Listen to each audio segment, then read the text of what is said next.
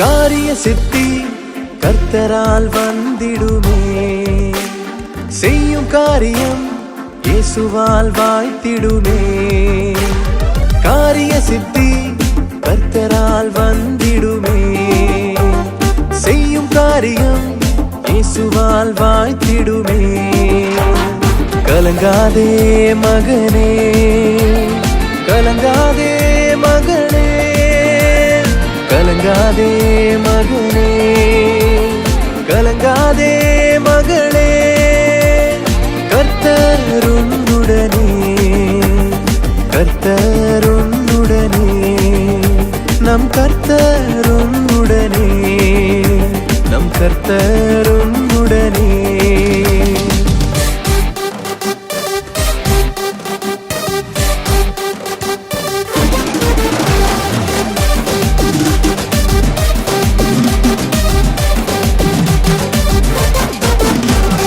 கர்த்தரின் பாதத்தில் எப்போதும் இருந்தால் காரியம் வாய்த்திடுமே. கர்த்தரின் சித்தம் செய்திடும் போது கவலை உனக்கில்லையே.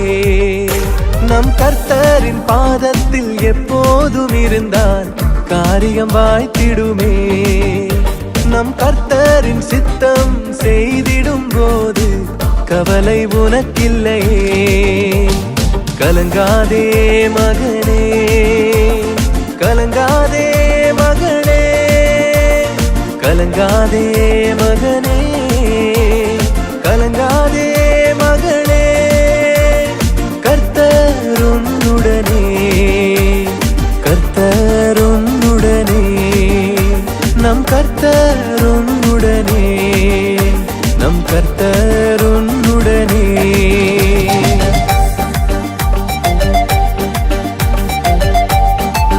மகன் தூய ஆவியின் திரியேக ஆசீர்வாதம் நம் அனைவரையும் வழிநடத்தி காப்பதாக.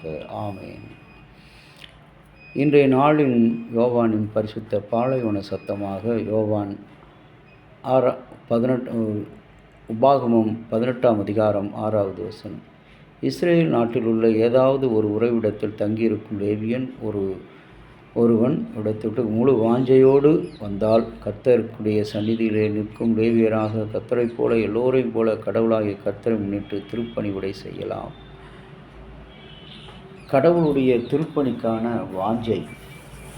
இந்த வாஞ்சையை திருமறையில் நாம் பார்க்கும்போது அநேக நேரங்களில் கடவுள் நம்மிடத்தில் எதிர்பார்ப்பது வாஞ்சை.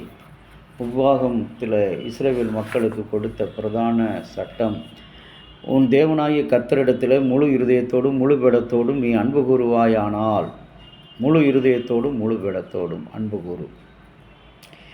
ஞானப்பாட்டில் அருமையான ஒரு பாடல் ஒன்று உண்டு, 14வது ஞானப்பாடல். உலகின் வாஞ்சையான என் சுவாமி இயேசுவே, நான் உம்மை ஏற்றதுமான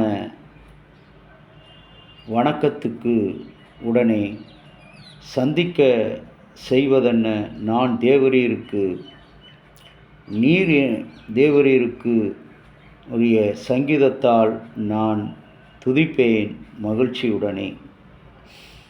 நீர் சேர்க்கையில் களிக்கும் சீயோன் கிளைக்கும் செலுத்த உமக்கென்ன பிரியமானது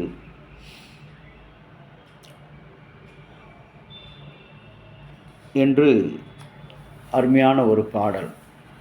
கடவுள் நம்மை இந்த அருமையான இடத்திலே அழைப்பது ஒரு நோக்கம் வைத்திருக்கிறார். அந்த நோக்கம் வாஞ்சை, கிறிஸ்துவை பற்றுகிற வாஞ்சை. யோவான் நற்செய்தி நூலில் பார்க்கிறோம், ஆண்டவராகிய கடவுள் 2ஆம் அதிகாரத்தில் அங்கே கிறிஸ்துவை பற்றிய வாஞ்சை அந்த திருமண வீட்டுக்கு வர வேண்டும் என்று சொல்லிதான் முதலாவது அவருடைய அழைப்பை ஆண்டவராகிய இயேசுவுக்கு கொடுத்தார்கள். அங்கே இயேசுவும் மரியாளும் சீடர்களும் வந்தார்கள்.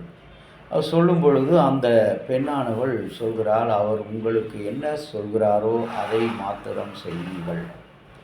அவர் உங்களுக்கு என்ன சொல்கிறாரோ அதை மாத்திரம். அப்படியாக ஊழியர்களாக இருக்கிற அநேகர் என்ன சொல்கிறார்களோ அதை மாத்திரம் சொல்ல, நம்முடைய சொல்லோ செயலோ சிந்தனையோ அல்ல. 300 ஆண்டுகளுக்கு முன்பாக இந்த திருச்சபையினுடைய சீர்திருத்த தந்தை என்று அழைக்கப்படக்கூடிய மார்ட்டின் லூத்தர் அவர்கள் புரட்சி செய்தார் ஆலயத்தில். அந்த புரட்சி ஏதோ ஒரு தன்னுடைய பெயரை முதன்மைப்படுத்தவோ தன்னுடைய தலைமைத்துவத்தை முன் கொண்டு வரவோ அல்ல. அவர் சத்திய வேதத்தை படித்தார், சத்திய வேதத்துக்கு கீழ்ப்படிந்தார். அதிகாரிகளை அவர் எதிர்க்கவில்லை, சத்தியத்தின்படி அவர் எதிர்த்தார். ஆனால் இன்றைக்கு நாம் என்ன செய்து கொண்டிருக்கிறோம்?